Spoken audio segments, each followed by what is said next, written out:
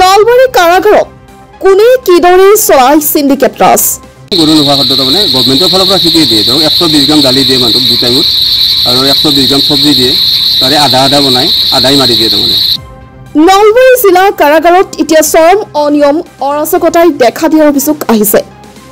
অভিযোগ মতে নলবাৰী জিলা কাৰাগাৰৰ জেইলৰ জ্যোতিপ্ৰসাদ শৰ্মাই খাদ্যৰ নামতো ব্যাপক অনিয়ম সংঘটিত কৰাৰ অভিযোগ আনিছে জেলৰ পৰা ওলাই অহা একাংশ কাৰাবন্দীয়ে। নিম্নমানৰ খাদ্য গৰু খাব নোৱাৰে খাদ্য তাৰমানে জ্যোতিপ্ৰসাদ শৰ্মাটো খুবেই বেছি হৈছে তাৰমানে বিক্ৰী কৰে ভিতৰত বিক্ৰী নকৰে এইটো বস্তুটো ধৰক ঠিকাদাৰৰ পৰা ল'ব লাগিছিল ধৰক 1 মাহত ইমান দালি ল'ব লাগিছিলে ঠিকাদাৰৰ পৰা আধা দালি লৈ ল'লে আধা দালি ল'লে আধা দালি ঠিকাদাৰৰ লগত ধৰি গ'ল। খাদ্যৰ নামতো জেইলৰ গৰাকীয়ে কমিছন ৰাজ চলোৱাৰ অভিযোগ আহিছে। বিভাগীয় নিয়ম অনুসৰি কাৰাগাৰখনিত থকা প্ৰায় 400 গৰাকী কয়দী আৰু হাজতৰ নামত আবণ্টিত খাদ্য সামগ্ৰীৰ নামতো চানকাৰী খোৱাৰ অভিযোগ আহিছে জেইলৰ জ্যোতিপ্ৰসাদ শৰ্মাৰ বিৰুদ্ধে। চাউলটো খুবেই বেয়া চাউলটো বেয়া কেতিয়াবা কষ্টিত ভাল চাউল আহে আৰু বেছিভাগ বেয়া চাউল এতিয়া সদায় যিটো চব্জি দিয়ে এইটো অমিতা দিব ৰঙালাও দিনত ৰঙালাও দিব টেণ্ডাৰত আপোনাৰ ভেৰাইটি চব্জিৰ নাম উল্লেখ থাকে কিন্তু দুইটো তেনেকুৱা নিদিয়ে। প্ৰতিগৰাকী কাৰাবন্দীৰ নামত এদিনত 120 গ্ৰাম দাইলৰ পৰিৱৰ্তে আধা দাইলহে দিয়াৰ অভিযোগ আহিছে। দালি দিবলৈ ধৰক আজি 400 মানুহ আছে 400 মানুহ হ'লে আপোনাৰ 48 কেজি দালি হয় 48 কেজি দালি হ'লে আপোনাৰ 24 কেজি বনালে আধা ৰাখি আধাই মাৰি দিলে বিক্ৰী কৰিলে ভিতৰত বিক্ৰী নকৰে এইটো বস্তুটো ধৰক ঠিকাদাৰৰ পৰা ল'ব লাগিছিল ধৰক 1 মাহত ইমান দালি ল'ব লাগিছিলে ঠিকাদাৰৰ পৰা আধা দালি লৈ ল'লে আধা দালি লৈ ল'লে আধা ঠিকাদাৰৰ লগত ধৰি গ'ল।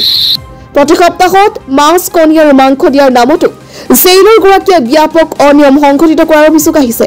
মাছ মাংস মানে মাংস দিব লাগে 2 দিন সপ্তাহত মাংস দিব লাগে 2 দিন আৰু দিব লাগে আপোনাৰ কণী 2 দিন বাকী মাছ দিব লাগে কিন্তু কণীৰ সংখ্যাটো বেছি হৈ যায় আৰু মাংসটো কেতিয়াবা 1 দিন হৈ যায়। মুঠৰ ওপৰত কাৰাবন্দীসকলক নিম্ন মানদণ্ডৰ খাদ্য খোৱাৰ অভিযোগ আনিছে সুদীৰ্ঘ বছৰ কাৰাগাৰত থকা এগৰাকী কয়দীয়ে। কাৰণ যিহেতু চুপাৰিনটেণ্ডেণ্ট নাই এচিডেণ্ট জেলৰ যিজন আছে তেওঁৰ তেনেকুৱা হেৰি নাই গতিকে একমাত্ৰ তেওঁ উঠি লৈ বহি যায় গৰু নোখোৱা খাদ্য তাৰমানে গভৰ্ণমেণ্টৰ ফালৰ পৰা শিকাই দিয়ে ধৰক 120 গ্ৰাম দালি দিয়ে মানুহক 2 টাইমত আৰু 120 গ্ৰাম চব্জি দিয়ে তাৰে আধা বনাই আধাই মাৰি দিয়ে তাৰমানে। ইফালে কাৰাগাৰখনিত সোমোৱা VIP লোকসকলৰ বাবে খাদ্য পৃথককৈ প্ৰস্তুত কৰা হয়। জেলত আবণ্টিত চৰকাৰী খাদ্য সামগ্ৰীৰে পুৰণি কয়দী অকণমান সুস্বাদুকৈ বনাই দিয়াৰ নামত VIP হাজুতিসকলৰ পৰা প্ৰতি সপ্তাহত লৈ 1000 টকাকৈ এই খাদ্যৰ বিনিময়ত প্ৰতিগৰাকী VIP লোকে খাদ্য বনাই দিয়া কয়দীক মাহেকত দিব লাগে 4000 টকা। এই টকাৰ 50% কমিছন জেইলৰক দিব লাগে বুলিও বিস্ফোৰক অভিযোগ উত্থাপন হৈছে।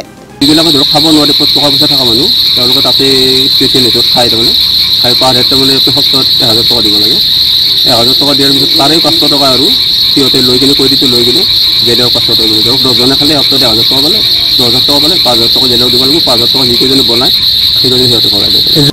অন্যহাতে কাৰাগাৰৰ বাহিৰত চাফ চিকুণ কৰাৰ নামত জেইলৰ গৰাকীয়ে কয়দীক ব্যৱহাৰ কৰে নিজৰ ব্যক্তিগত কামত।